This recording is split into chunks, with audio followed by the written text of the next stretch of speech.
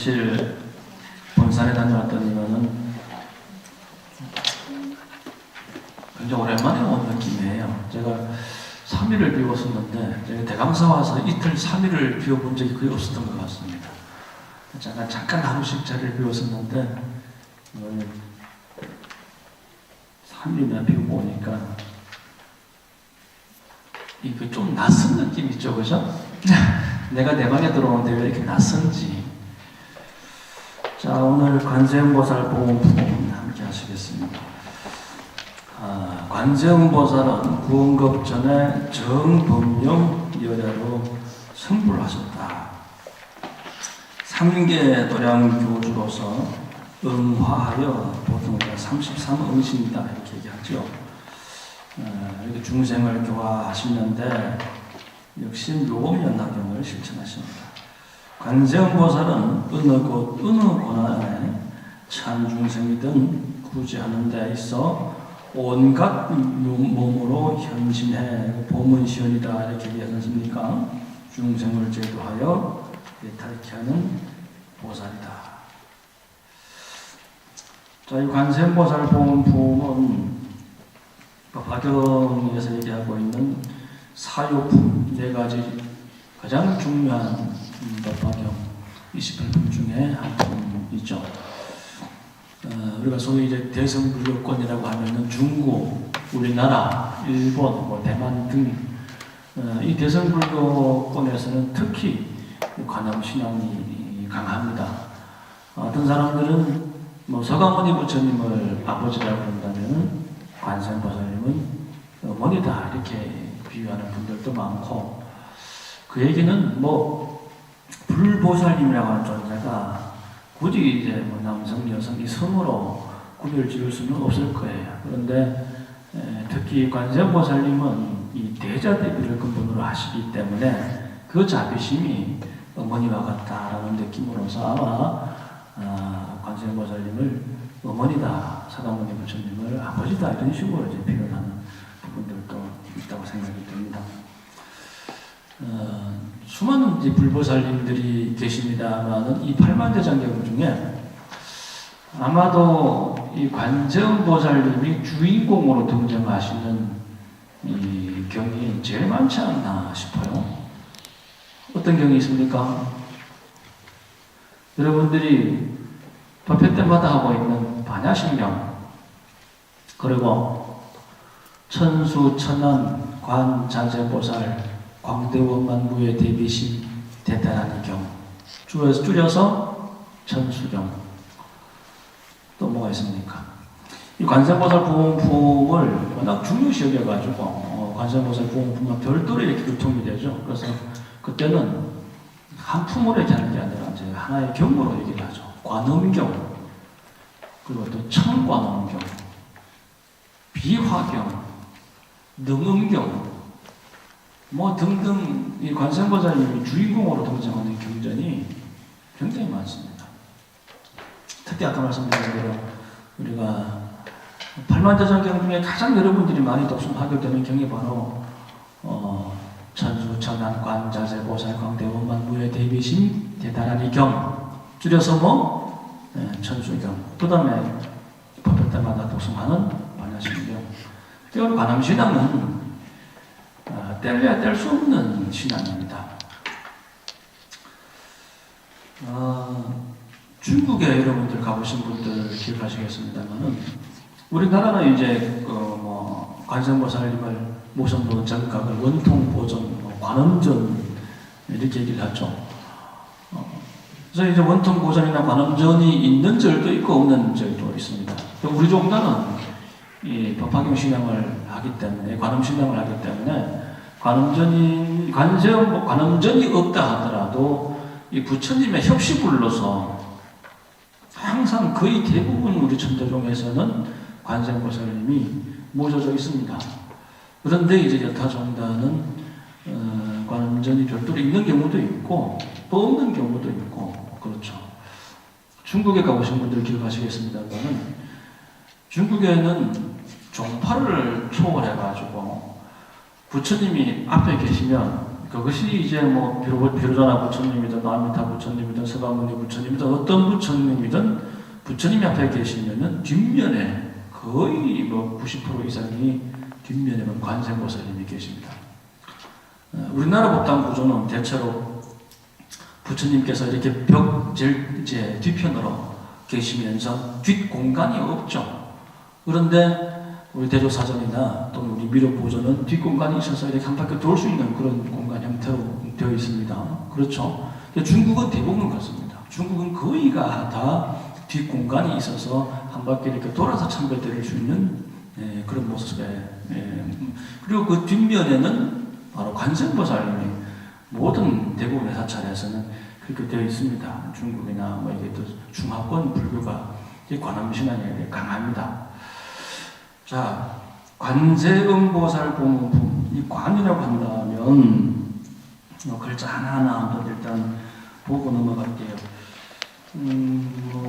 앞전 품에서는 한 품씩 이렇게 한 시간에 걸쳐서 했습니다만은 관세음보살 보문품은 한 시간 하기 힘들고 다음 시간까지 이어서 하도록 하겠습니다. 일단 그 관세음보살 보문품 그 글자 하나하나부터 한번 살펴보겠습니다. 관은 볼관자입니다. 그렇죠? 우리가 보통 우리가 뭐 보고 안다 얘기를 많이 합니다. 보고 안다 맞죠? 봐야 할 거 아니냐 보고 안다라고 얘기합니다.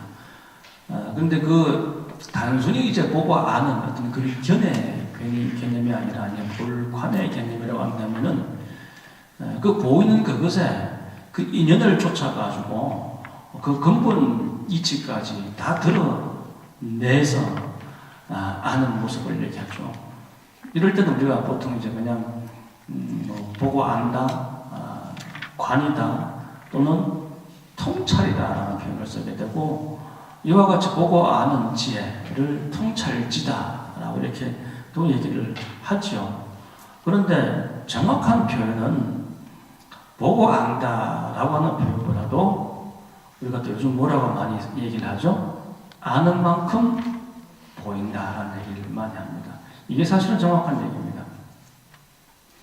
여러분들이 가지고 있는 여러분들의 육체, 여러분들의 마음, 여러분들의 육체와 여러분들의 마음은 업의 소산입니다.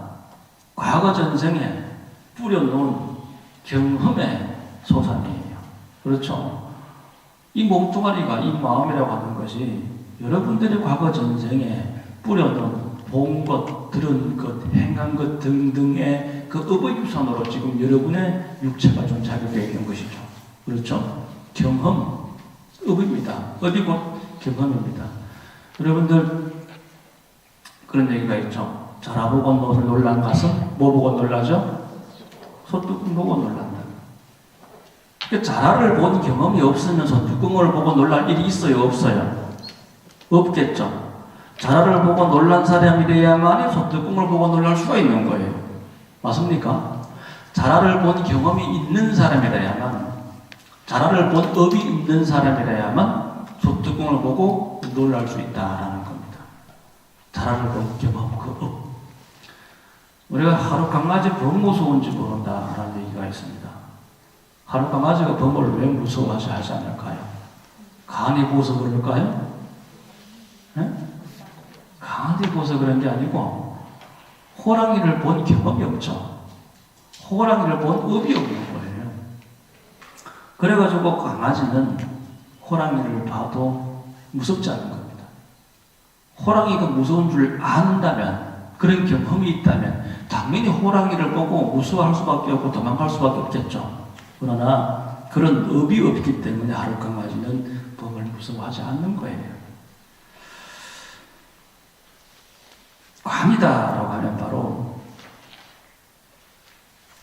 보고 아는, 그리고 아는 만큼 보이는 지혜를 얘기합니다. 지혜. 관은 지혜를 얘기하고, 음은 자비를 얘기합니다. 그리고 관이라고 하는 것은 깨달음이요 진리를 얘기한다라고 한다면, 음은 조화요 쓰임새를 얘기한다. 이 관음을 자비와 지혜다, 이게 지혜와 자비다, 관을 자비란 지혜라고 하고 음을 이제 자비다라고 얘기할 때, 이 지혜가 내게 쌓여진 지혜가 남에게 잘 쓰여질 때 이걸 자비다 얘기할 수가 있어요. 그렇죠? 남에게 잘 쓰여지는 것. 이게 음입니다. 소리, 그래서 이 음이라고 하는 것은 조화요, 쓰임새요, 드러남이에요. 지혜가 남에게 드러났을 때 그걸 가지고 자비라고 할 수 있는 거예요. 여기서는 특히 수많은 중생들에게 이로움을 줄 수 있는 불보살들의 자비의 모습 중에 특히 소리를 강조하고 있는 겁니다. 소리. 능음경에 보면은 이 사바세계의 중생들 가운데 사바세계 중생들은 다 5권, 6권을 가지고 있죠. 마지막에 의를 제외하면 우리가 5권이다 이렇게 얘기하죠. 안입이 설신. 이 사바세계의 5권 중에 이 들음이라고 하는 것이 가장 뛰어나다. 이 5권 중에 귀의 작용이 가장 뛰어나다, 가장 크다라고 얘기를 합니다. 그래서 사바세계의 교체는 가르침의 본체, 가르침의 체는 음문으로 비롯된다. 소리가 음자, 유문자. 이렇게 이제 능음경에 얘기를 하고 있어요.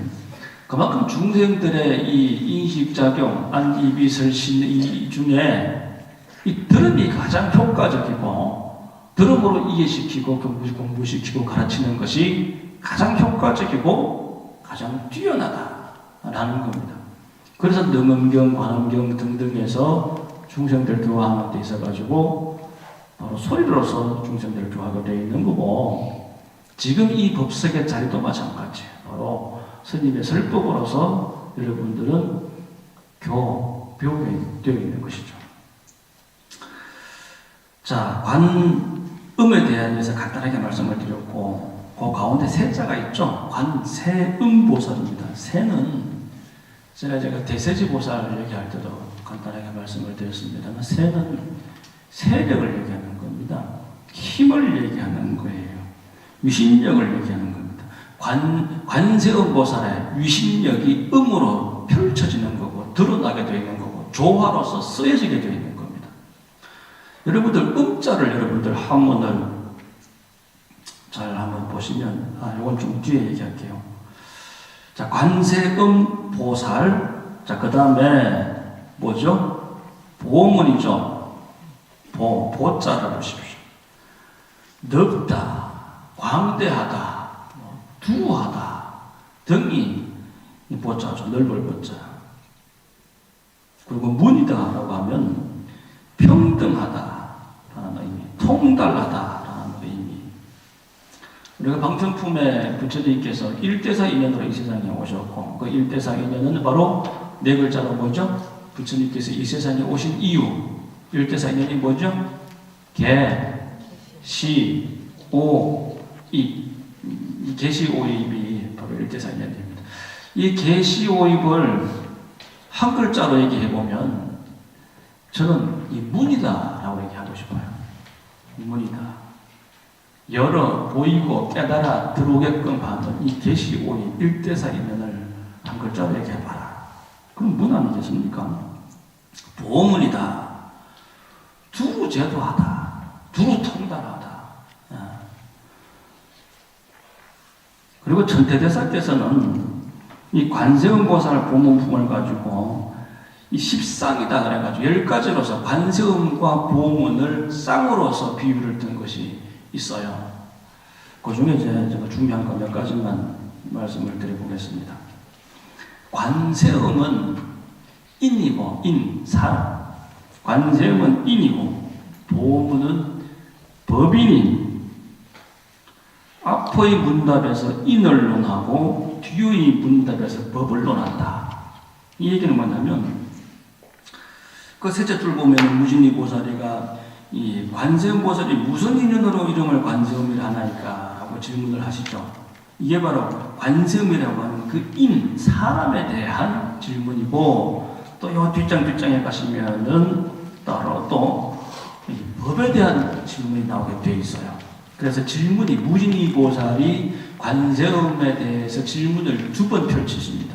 그 2가지 질문에 대한 대답으로서 서가모니 부처님께서 말씀하신 내용이 바로 관세음 보살 부문품이죠. 그래서 앞의 문답에서 인을 논하고 뒤의 문답에서 법을 논하니 인법이 하나가 되어서 제목을 이룬다.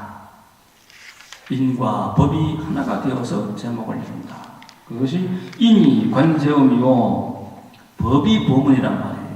그래서 인법이 하나가 되어서 제목을 이룬다. 관세음에 대한 얘기가 지금 첫 페이지 나오고 한번 넘겨보십시오. 궁금하실 것 같은데 1149페이지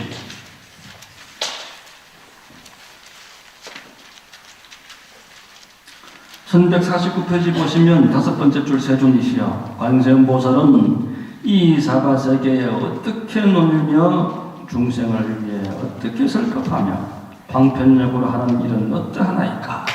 이게 법에 대한 질문입니다. 보문에 대한 질문이에요.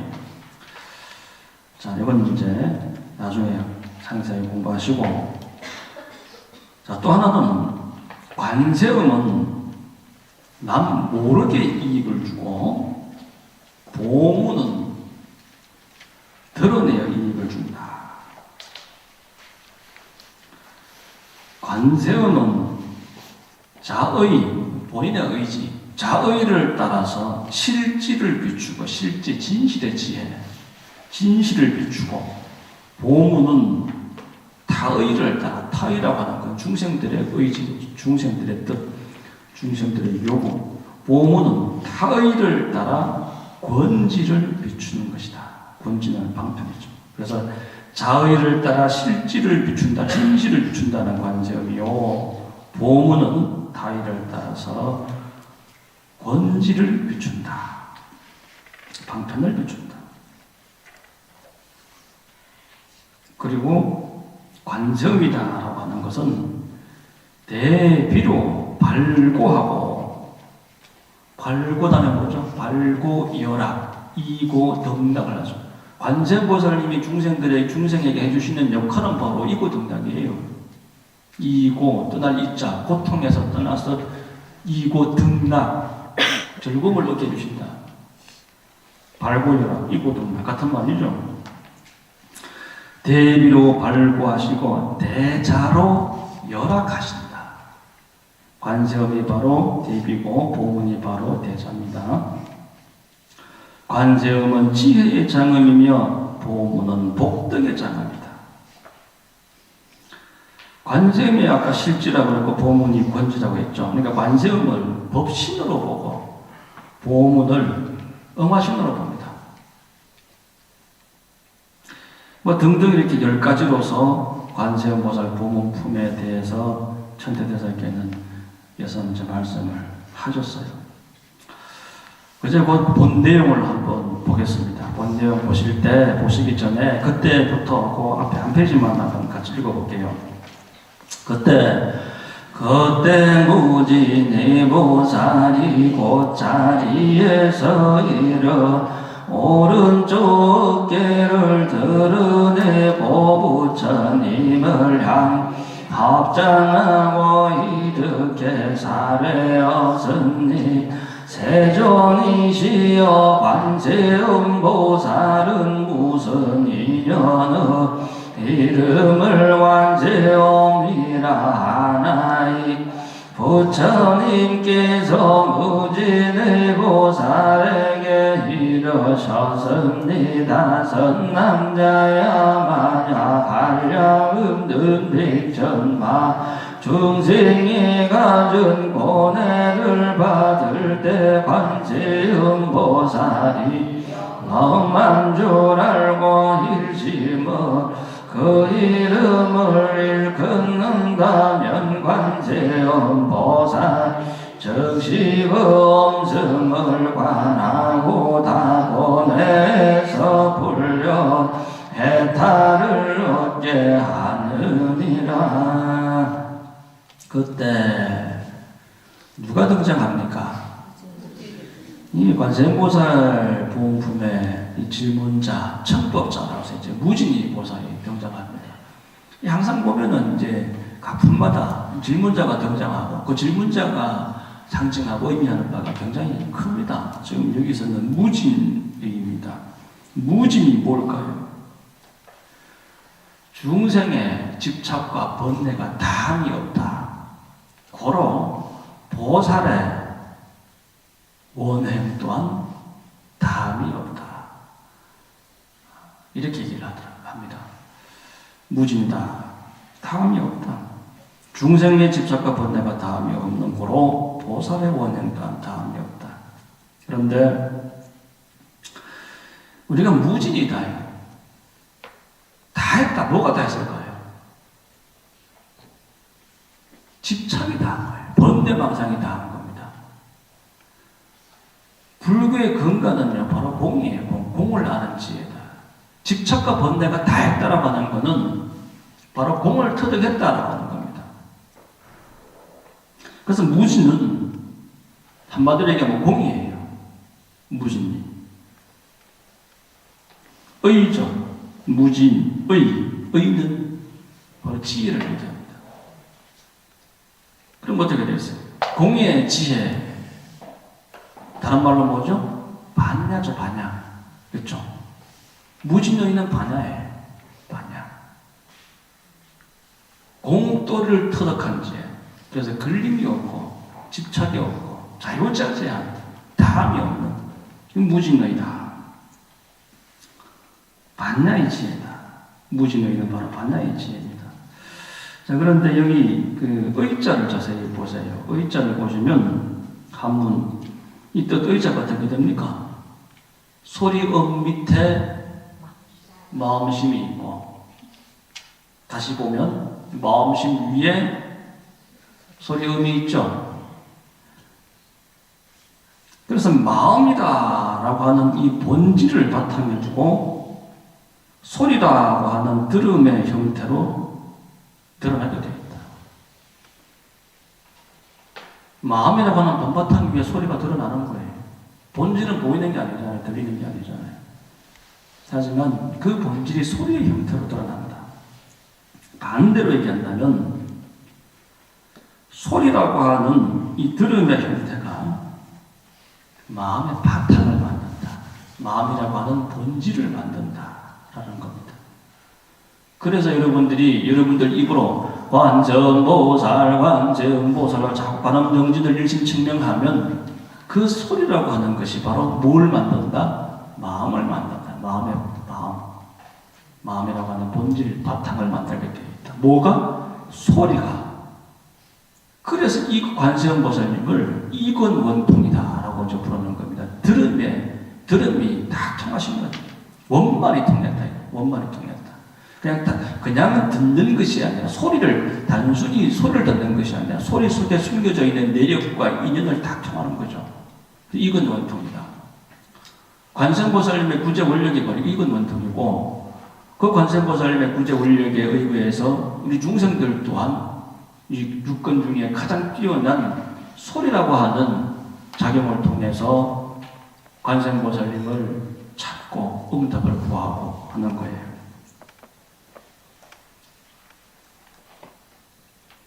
무진의 보살이 곧 자리에서 일어나 오른쪽 어깨를 두고 드러내고 부처님을 향해 합장하고 이렇게 사례였습니다. 세존이시여, 관세음보살은 무슨 인연으로 이름을 관세음이라 하나이까? 자, 이 보시면 이 대목이 중요한 대목입니다. 뭐냐면 지금 무진의 보살은 이름 자체가 반야의 지혜를 상징하는 반야보살이에요. 관세음보살은 현일체 색심삼매를 갖추신 바로 원교의 보살입니다. 일체 중생을 구제하시는 구세주로서 등장하셔요. 그래서 반야의 이 보살을 상징하는 무진의 보살이 바로 원교의 보살에게 설법을 청하는 겁니다. 그렇죠? 그래서 반야라고 하는, 여러분들 있잖아요. 반야심경, 금강경 등의 반야의 지혜, 즉 공의 지혜, 공을 아는 것이 반야다라고 했죠. 그러니까 공을 아는 게 다가 아닌 거예요. 반야심경, 금강경으로 끝나서 될 문제가 아니다라고 하는 겁니다. 공을 안다라고 하는 건 기본 바탕 베이스가 되어야 되는 거예요. 거기서 세워야 되는 건 바로 제법 실상을 세워야 되는 겁니다. 원교를 세워야 되는 거예요. 원교의 보살인 바로 관세음 보살님에 대해서 부처님께 지금 여쭙고 있는 것이죠. 왼쪽에 한문 보시면 이시에 무진의 보살이 적종자기하사 편단우견하시고 합장향불하야. 이 합장까지가 바로 적종자기 편단우견 합장까지가 바로 신업입니다. 향불은 뭘까요? 부처님을 향하여. 이건 의업이겠죠. 이작시연 하시되 이렇게 사려왔습니다. 이작시연은 뭐죠? 뭐가 남았나요? 구업이 남았죠. 그래서 합장이다. 편단우견 합장한다라고 하는 건 신업이고, 향불 부처님을 향하여. 우리는 부처님을 향해 살아야 돼요. 다른 걸 향해 사는 게 아니라. 향불은 바로 의업이고 이작시연은 구업입니다. 요즘 요 한 대목 안에 신구의가 지금 다 들어가 있습니다. 신업으로 공경하고 의육으로 공경하고 구업으로 공경합니다. 우리가 절집에 와가지고 가장 기본 예법으로 우리가 성불 하십시오, 뭐 안녕하십니까 라고 할 때 항상 우리가 합장을 하죠. 그렇죠? 합장이라고 하는 의미가 뭘까요? 뭡니까? 왼손과 오른손이 좌와 우가, 주관과 객관이, 나와 남이, 일체가, 방편과 진실이, 중생과 부처가, 번뇌와 보리가 둘이 다 하나다? 하나다. 표면열이지만 모으면 어떻게 돼요? 다 하나가 되는 것이죠. 그렇죠? 이 실체와 그림자가 둘이 아니죠. 하나입니다. 방편과 진실이 둘이 아닙니다. 부처와 중생이 둘이 아니에요. 나와 남이 둘이 아닙니다. 제가 가끔씩 빅뱅에 대한 얘기를 하지만 130억 년 전에 아득한 옛날에 우리 모두는 그냥 한 점이었어요. 우리 모두는 그냥 한 점이었고 한 식구가 한 집안이에요. 한 점에서 출발해가지고 너를 이루고 나를 이룬 거 아닙니까? 그렇잖아요? 합장. 표면열이지만 모으면 하나가 되는. 우리가 부처님 전에 공양, 공경, 존중, 찬탄할 때는 어떻게 해야 되겠어요? 흩어진 마음을 하면 안 되겠죠. 그래서 절집에 들어가면 제일 먼저 등장하는 문이 무슨 문? 일주문이죠. 그렇죠. 그래서 우리 일주문 들어갈 때부터 법당이 안 보여도 저 5천 법당의 대조사전에 우리 부처님 계신다 하고 그쪽을 향해서 합장을 하고 갑니다. 갈 때도 부처님께서 보이진 않지만은 저 이제 사법을기도 잘하고 갑니다 하고 일주문에서 다시 한번 뒤돌아서 합장하고 가고. 그럼 그렇게 하잖아요. 그죠? 합장하고 이렇게 사렸습니다. 세존이시여 관세음보살은 무슨 인연으로 이름을 관세음이라 하나이까? 이 반야의 보살이 원교의 보살에 대해서 지금 여쭈고 있는 거예요. 이게 지금 인에 대한 질문입니다. 그렇죠. 뒤에는 이제 법에 대한 질문이 등장합니다. 부처님께서 무진의 보살에게 이르셨습니다. 선남자야, 만약 거기부터 그 밑에 제일 밑에 줄까지요.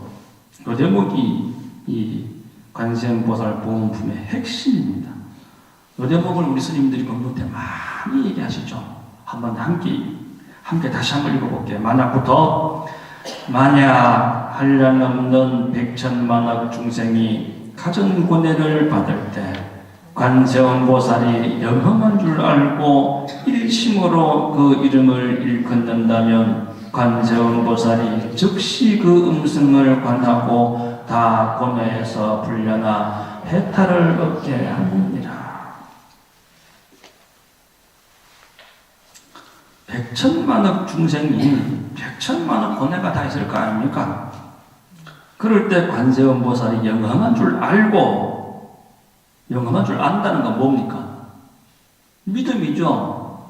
그렇지 않습니까? 일심으로 그 이름을 일컫는다면 하는 건 뭐예요? 신단의 뭐예요? 행위죠.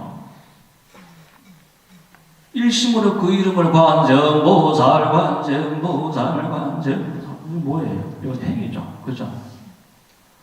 일심으로 그 이름을 일컫는다면, 자, 영험한 줄 알고 일심으로 일컫는다라고 하는 게 바로 신행입니다. 이와 같이 신행을 하면 뒤에 보시면 응답이 있습니다. 관세음보살이 즉시 그 음성을 관하고 다 곤내에서 풀려나 해탈을 얻게 하신다. 이게 응답이죠. 그래서 영험한 줄 알고 일심으로 그 이름을 일컫는다면 을 감이라고 한다면, 감이 있으면 그 다음 뭐가 있겠어요? 응이 있겠죠. 그죠? 응으로서, 그 응답으로서, 감은 자력이고 응은 타력이에요. 그 응답으로서 관세음보살이 즉시 그 음성을 관하고 다 고뇌에서 풀려나 해탈을 얻게 하시느니라. 이와 같이 감흥이 이루어집니다. 중생이 감동을 드려야 됩니다. 중생이 감동을 드려야만 부처님께서는 그 음성을 관하고 그 소리를 들으시고 응답을 하게 되어 있는 거예요. 왼쪽에 한번 보시면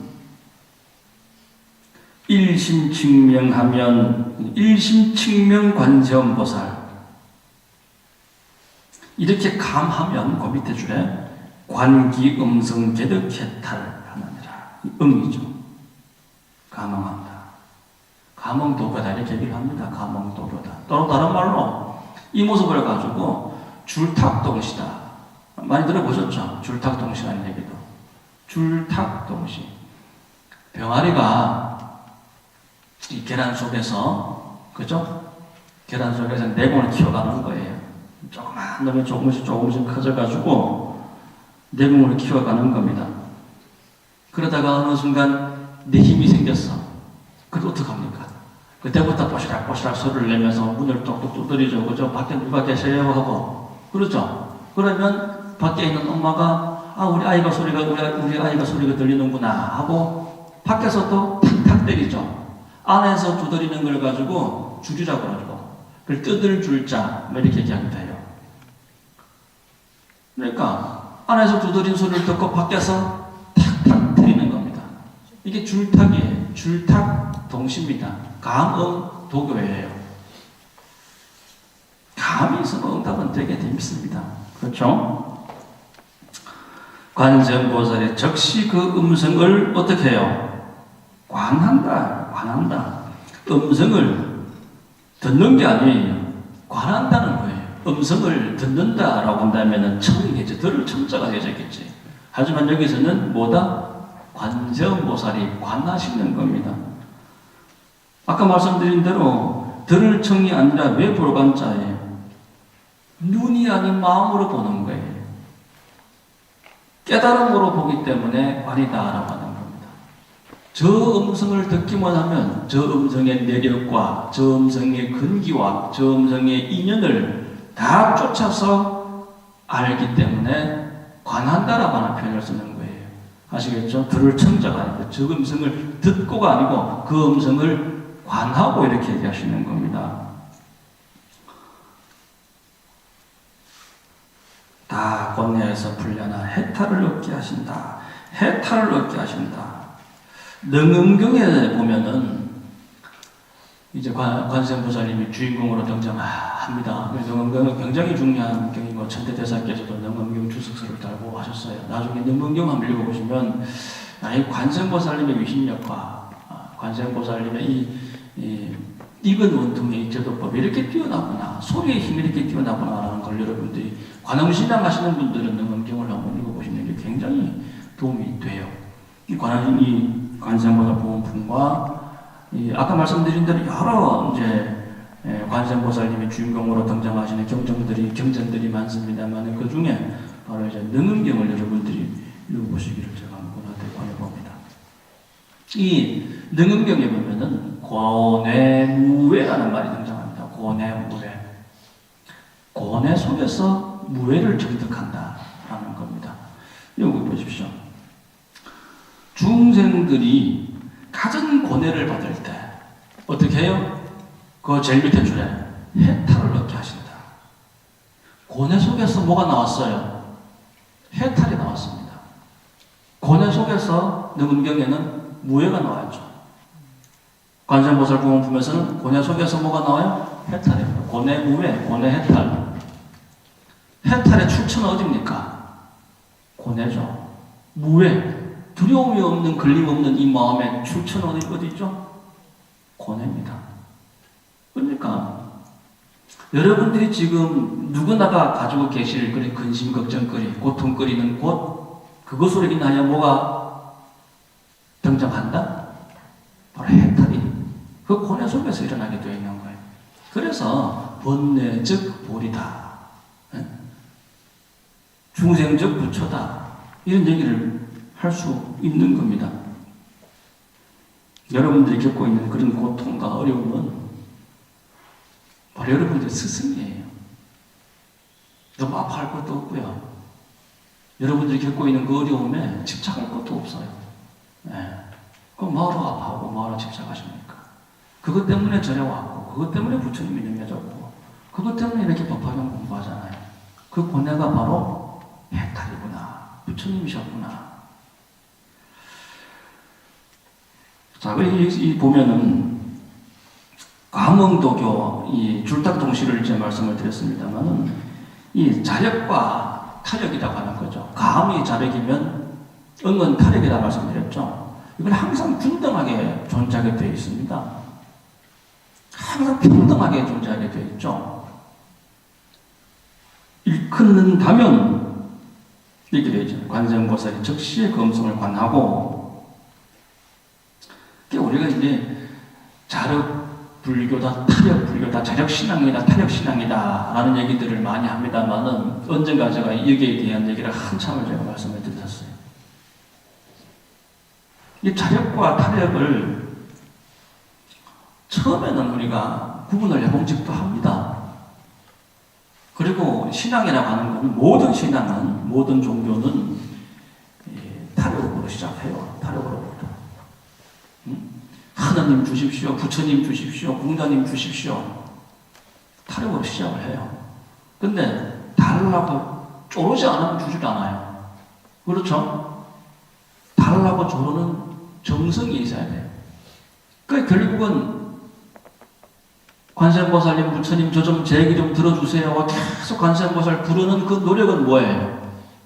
자력이죠. 그렇죠? 조르는 그 자체는 사실 알고 보면 자력이에요. 자력과 타력은 같이 가게 돼 있어요. 그렇게 돼 있어요. 타력인 듯 하지만 그 타력으로 진정으로 들어가다 보면은 진정한 타력은 자력을 겸비해야만 되는 것이죠. 그렇죠? 그리고 진정한 자력은요, 타력이 없으면 안 된다니까요. 불보살님의 위신력이 없으면 여러분들은 한 걸음도 못 나가요. 아무리 1000만 번, 100만 번, 1000만 번을 관세음보살을 외워도 불보살님의 위신력이 없으면 되질 않아요. 이 지금 무진의 보살도 그렇고, 이 앞전에 나왔던 수많은, 특히 이제 미륵보살이 많이 등장했죠. 등등. 이 보살님들이 질문 던지는 그 질문조차도 관세음보살, 바로 부처님의 위신력의 힘을 입어서 이와 같은 질문을 하나이다, 이렇게 했잖아요. 그러니까 부처님의 위신력을 입지 않으면, 그 위신력에 기대지 않으면은 여러분들이 암만 참선을 하고 화두를 들고 아무리 공간을 타파를 한다고 애를 쓰고 연구를 해서도 부처님의 위신력을 의지를 하잖아요. 되지 않아요. 그래서 여러분들 이 자격이다, 타격이다라고 하는 걸 가지고 시간 낭비하는 사람들을 보면은 그걸 가지고 저기 앞에서 우리가 어디에서 그래 장자궁자의 비유에 보면은 희로랜똥이라고 희로랜똥. 불필요한 얘기다, 불필요한 얘기다. 자, 제일 밑에 줄 보시면 만약 이 관세음보살의 명호를 마음속 깊이 지닌다면 이렇게 하는 게 더 정확한 표현일 것 같습니다. 관세음보살의 명호를 마음속 깊이 지닌다면 또 다른 말로 일심측명한다면 이렇게 얘기할 수 있겠죠. 한 장 넘겨보십시오. 자, 이와 같이 자력으로 또는 감동을 드린다면, 그렇게 한다면, 한 장 넘기시면 관세음보살님의 응답이 있겠죠. 그렇죠. 그 응답이 바로 칠난의 구제로 등장하게 됩니다. 그는 설령 큰 불 속에 들어갈지라도 하면서 7가지의 난에서 구제하는 모습 중에서 첫 번째 불의 구제가 불의 난에서 해코지를 당하지 않는 구제의 모습이 등장하게 됩니다. 근데 여기서 등장하는 이 불이다라고 하는 것은 이 진심을 얘기하는 겁니다. 화를 내는 거, 화. 그 화가 불이잖아요. 설령 큰 불 속에 들어갈지라도 불이 태우지 못하리니 다 이 보살의 위신력 때문이니라. 실제로 우리가 불 속에 들어가서도 관세음보살을 부르고 한다면 살 길이 생길 수 있겠죠. 그렇지만 여기서 얘기하는 불은 단순히 그 불만 불로서 얘기하는 것이 아니라 인간의 진심을 불로 얘기를 하고 계시는 겁니다. 자, 그 다음에 두 번째 환란, 큰 물이죠. 만약 큰 물에 필요할 때에도 그 명호를 부르면 곧 얕은 곳에 닿게 되리라.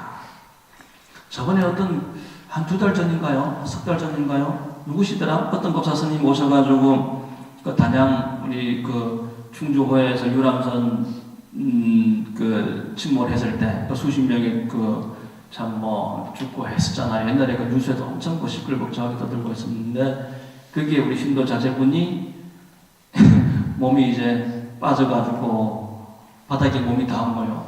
그래서 어떻게 해요? 이제 이 보살을 그렇게 저리 열심히 다니는 보살은 아니었지만 엄마가 하는 걸 보고 그게 순간적으로 떠올랐겠지. 근데 엄마는 관세음보살 했다면 이 보살은 지금 당장 물에 빠졌잖아요. 그죠? 죽기 일보 직전이잖아요. 어떻게 했겠어요? 가자 죽어라고 설득만 했겠지. 그렇죠? 그랬더니 이 몸이 이게 뭐 있고 하니까 몸이 이렇게 깔아앉았는가 봐요, 바닥에. 근데 이 몸이 뜨더라고요. 관세음보살 그렇게 부르니까. 그래가지고 이 보살은 그 대부분 죽었는데 이 보살은 살아났다는 얘기가 있지 않습니까? 물은 집착심을 얘기한다라고 합니다. 옳고 그름에 대한 집착, 사물에 대한 집착. 여기서 사물이라고 하는 것은 법도 포함이 됩니다. 자력이냐 타력이냐를 가지고 집착하는 것, 뭐 이런 것도 법에 대한 집착에 포함이 될 수도 있겠죠. 그래서 옳고 그름에 대한 집착심을 물에다가 비유를 하십니다. 제가 지금 말씀드리는 해석은 거의 다 이제 굳이 제가 언급을 하지 않더라도 천태대사께서 말씀하신 그런 해석이 주를 이룹니다. 그 다음에 그 밑에 보시면 가운데 보시면 큰 바다에 들어갔을 때 설령 폭풍이 불어서 이렇게 얘기합니다. 여기서 이제 폭풍은 앞에는 법에 대한 집착이었는데 여기에서는 인연에 대한 집착 이렇게 얘기를 합니다. 인연. 뭐 니 때문에 누구 때문에 이것 때문에 저것 때문에 뭐 이런 것들 있잖아요. 그죠? 그러면서 그 원인을 나에게 찾는 것이 아니라 상대방에게 찾고 어떤 대상이나 현상에 찾는 타인에게 탓을 돌리는 그런 모습도 있다라고 하는 겁니다. 그래서 여기서 폭풍은 그런 인연에 대한 집착. 인연은 실체가 있는 게 아니에요. 그렇죠? 실체는 없습니다. 실체는 없지만 있긴 있지요. 근데 우리는 주어진 인연대로, 주어진 업대로 사는 삶이 아니에요. 이 불자들의 삶은. 그 인연을 극복하는 악업의 인연이 있다면 선업의 인연으로 돌릴 수 있는 노력을 하는 게 바로 불자들 아닙니까? 그래서 얘기하는 폭풍은 우리 인연에 대한 집착심이다. 폭풍이 불어서 그 배가 표류하여 멀리 낙찰기어에 있는 나라에 도달받게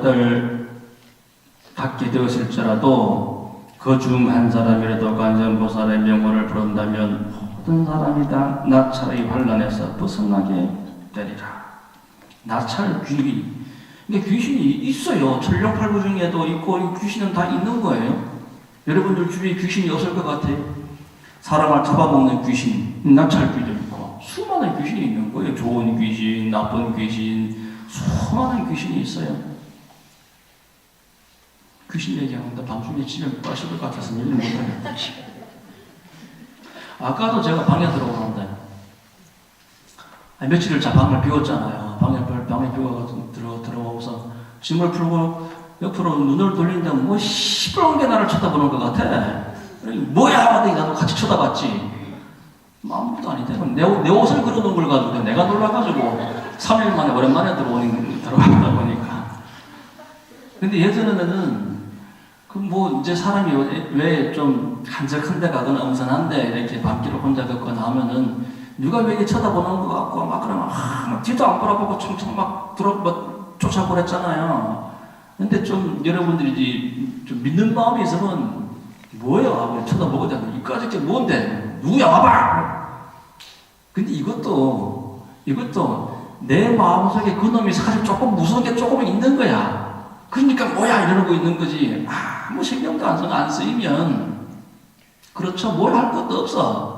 있으면 있는 듯 뭐 없으면 없는 듯 뭐 그까짓 거 뭐 있어봤자 뭐 그렇잖아요. 그죠?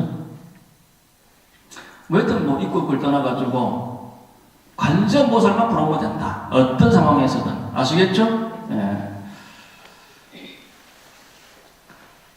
그 배에 수많은 사람이 타 있어도 한 사람만이라도 관세음보살을 간절히 부르면 다 그 한 사람에 의해서 부자가 될 수 있다.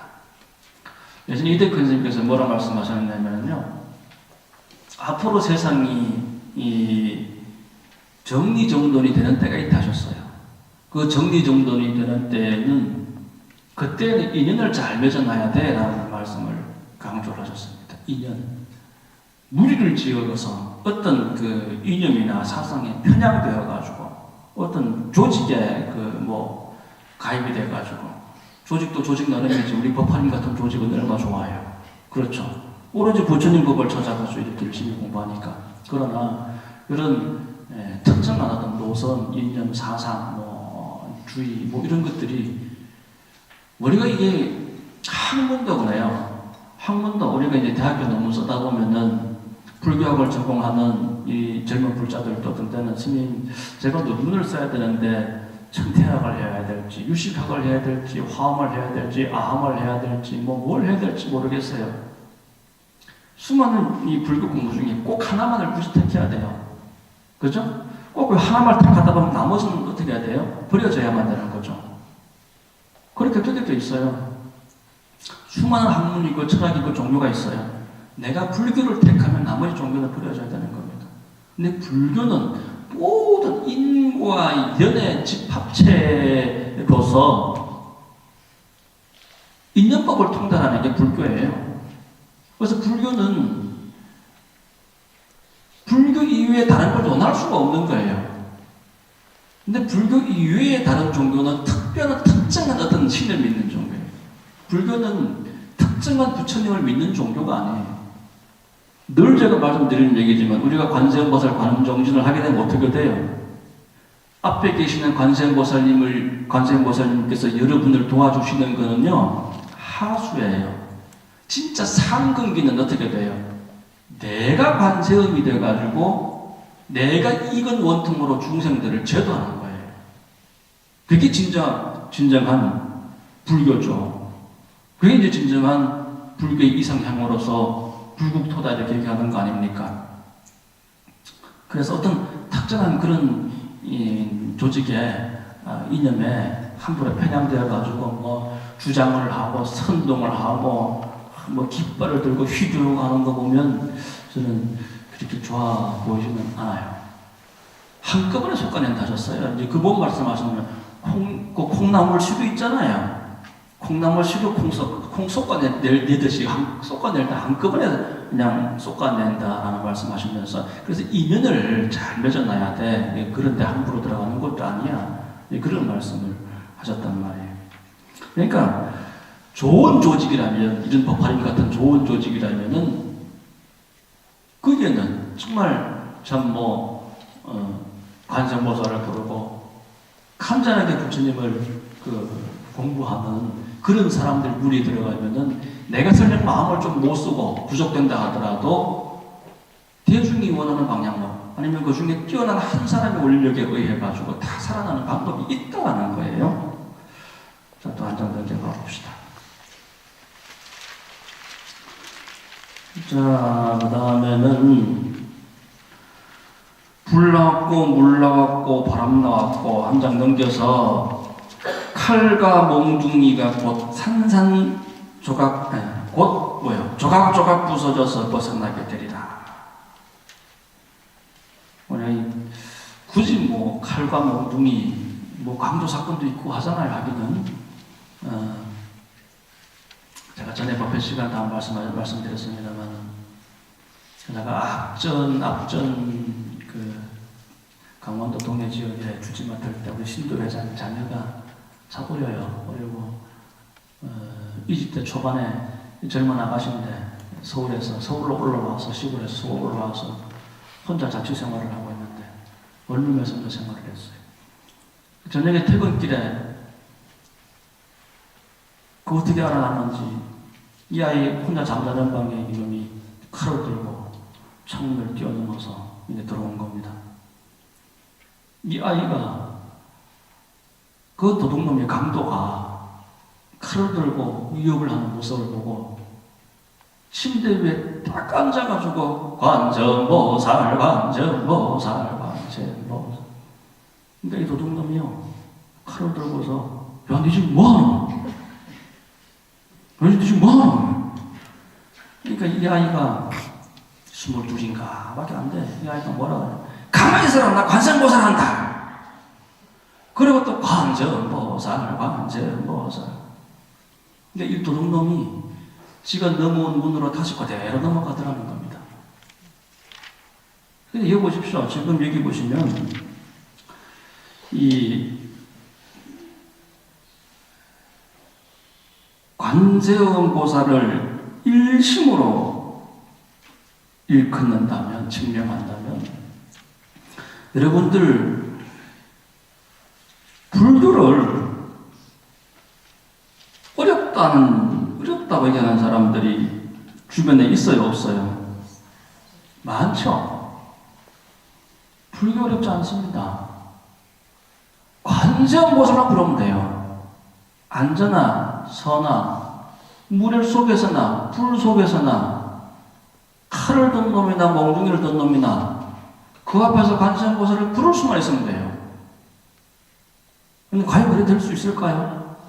그 20대 어린아이처럼 여러분들 그렇게 하실 수 있겠죠, 여러분들은 물론. 아미타경에 보면 이런 얘기가 나옵니다. 임종전에 나무아미타불을 10번만 불러도 극락세계 간다 라고 아미타부 주님께서 약속을 하셨어요. 원력을 세우셨어요. 부처님의 약속입니다. 여러분들 옛날 교인들 기독교가 나타나는 교인들 보면 믿기만 하면은요 천국 간다 이런 얘기들은 많이 들어보셨죠? 믿기만 하면 내와 내 가족의 이웃이 극락 천국 간다. 근데 요즘은 제가 아는 교인들에게 물어보면, 저도 제 가족들 중에서도 있고 물어보면, 요즘은 조금 바뀌었어요. 바뀌어가지고 뭐라 그러냐면, 믿기만 하면 안 돼. 하나님이 선택을 해야 돼. 그래서 그건 또 뭔 얘기인지 모르겠어요. 하나님이 선택을 해야 된대. 좀 복잡하게 바뀌었어요. 믿기만 해서 잘 되는 게 아니라, 잘 믿어가지고 선택을 받아야 되는 겁니다. 이 복잡해졌어요. 근데 불교는요, 옛날이나 지금이나 아주 간단합니다. 죽기 전에 10번만 부르면 돼요. 이거보다 간단한 게 있나요? 어떤 상황에서든 관세음보살만 부르면 돼요. 이것처럼 간단한 게 있나요? 그렇죠? 맞잖아요. 너무 간단합니다.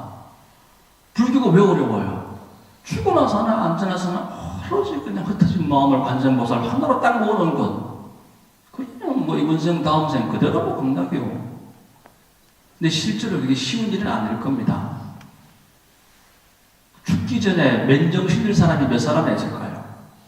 내가 죽기 전에 인심으로 나무아미타불 나무아미타불 이럴 사람 몇 사람이나 될까요? 과연? 저는 제 주위에 우리 스님들 중에 그런 분들 뵀어요. 돌아가시기 전에 임종적 드시기 직전에 나 좀 이렇게 세우다오 하고 앉으신 채로 관세음보살 하시다가 돌아가시는 그런 스님들 좀 뵀어요. 하지만 일반인들 중에 특히 불교를 안 믿는 사람들 중에 몇 사람이나 될 것 같아요. 하지만 여러분들은 이런 상황 저런 상황 속에서도 오매불망 일심일념으로 염명불이 염명상상속으로서 관세음보살 한마디 부르고 그 다음에 또 상속이 돼야 돼. 또 이어져야 돼.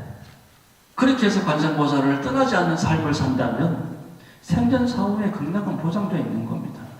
아시겠죠? 아주 간단합니다. 화엄, 아함, 방등, 뭐 제법실상, 십여시 이런 걸 잘 모르신다 하더라도 어떤 순간에서든 내가 관세음보살 찾을 수가 있고 아미타불을 찾을 수 있으면 그럼 다 되는 거예요. 그게 그거예요. 그 말고 뭐가 있어요, 불교가. 그렇죠? 그런데 이 상황에 지배되고 저 상황에 지배되고 육체를 빼앗기고 마음을 빼앗기면서 사는 모습들이 중생이기 때문에 부처님께서는 8만 대장경을 세워놓으신 거예요. 그 다음에 칼과 몽둥이는 살심을 얘기하는 겁니다. 살심. 그리고 약차와 낙찰이 나오죠. 귀신에 나는 유혹을 얘기하는 겁니다. 유혹. 옛날 제가 살았던 저희 집 옆에도요. 비만 오면은 빈집이었어요. 빈집. 빈집에 비만 오면 노래소리가 막 나와요. 사람이 없는데. 우리 옛날 어른들이 저보고 절대 저 앞으로 지나가지 마라. 저 집 앞으로 지나가지 마라고 그러고 푹 치고 장구 치고 노래소리가 막 들려요. 우리 할머니가 또 째비가 산다. 또 째비가 산다. 또 째비가 뭐죠? 네? 도깨비는 사투리고 또 째비 울진 표준말로 또 째비 아시겠어요? 또 째비. 이게 그런 또째비에 유혹에 흔들리지 않는다. 우리를 유혹하는 건 또째비 말고도 많잖아요. 얼마나 많은 것들이 우리 주위를 나를 유혹하고 합니까? 그 다음에 그 밑에 줄에 보시면 수각과 족쇄를 채우고 칼을 씌워. 이거는 수각과 족쇄는 가생관이라 그래가지고 집착심을 얘기하는 겁니다. 집착심.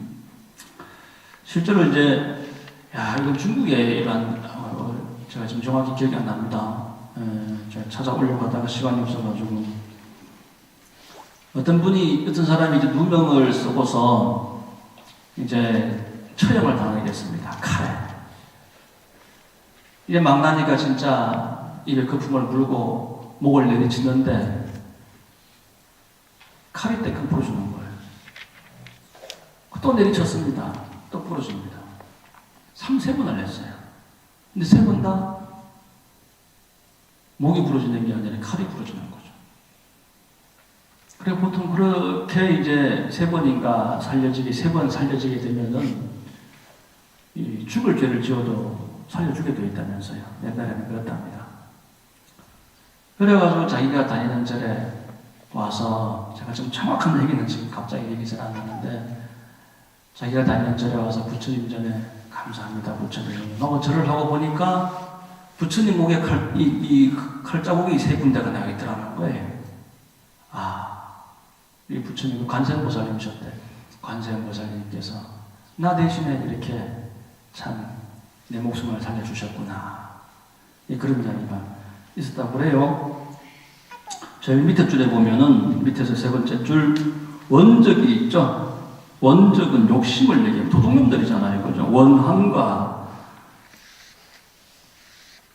원한이 많으니까 원하는 마음이 많은 거예요. 원한이 많고, 그러니까 도둑과 강도 뭐 이런 걸 원적이라고 하는 겁니다. 욕심이 많다.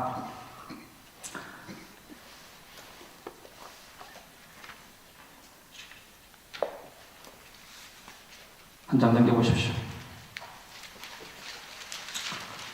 제일 위에 험한 길을 떠날 때, 지날 때 그 중에 한 사람이 이렇게 외쳐 말하되 모든 착한 남자여 겁내고 두려워하지 마시오. 여러분은 마땅히 일심으로 관세음보살 명호를 부르시오. 일심으로 해야 돼요. 이 보살은 부처님의 두려움을 없애주나니 여러분이 그 명호를 부른다면 이 원적에서 마땅히 벗어날 것이니라 하여 상인들이 듣고 함께 소리를 내어 나무 관세음보살 하면 그 명호를 부른 까닭으로 곧 벗어나게 되리라 하면서 칠난의 구제를 말씀하셨습니다. 칠난의 구제 다시 한번 이제 설명을 드려보면 첫 번째는 불이었습니다. 불은 진심을 얘기하는 것이었고 진심 화내는 거였죠. 오늘날 사람들은 이 인연법을 잘 모르기 때문에 화를 많이 냅니다. 그리고 두 번째는 물이었습니다. 물은 법에 대한 집착. 세 번째는 바람이죠. 폭풍, 인연에 대한 집착. 그리고 네 번째 금난이죠. 금난은 살심. 남을 막 죽이고 싶고 아주 미워 죽겠고 하는 거 있잖아요. 살심. 다섯 번째 야차나차는 뭐였죠? 유혹. 여섯 번째 수각과 족쇄는 뭐였죠? 집착. 원적은 뭐였죠? 욕심. 이렇게 해서 이 칠난으로부터 구제가 될 수 있다 라고 합니다. 자, 그 다음에 또 삼도고래의 구제가 있고 또 이제 다른 이야기는 다음 시간에 함께 하도록 하겠습니다. 오늘 관세음보살 본문 여기까지 하도록 하겠습니다.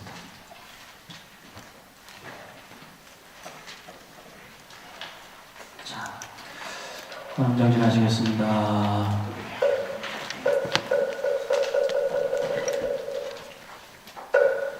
나무 범문시현 을려공심대 대비 관세음보살 관세음보살 관세음보살 관세음보 관세음보살 관세음보살 관세음보살 관세음보살 관세음보 관세음보살 관세음보살 관세음보살 관세음보살 관세음보살 관세음보살 관세음보살 관세음보살 관세음보살 관세음보살 관세음보 관세음보살 관세음보살 관세음보살 관세음보살 관세음보살 관세음보살 관세음보살 관세음보살 관세음보살 관세음보살 관세음보살 관세음보살 관세음보살 관세음보살 관세음보살 관세음보 관세음보살 관세음보살 관세음보살 관세음보살 관세음보살 여릇장지는 오마로 늦게 사와 오마로 늦게 사와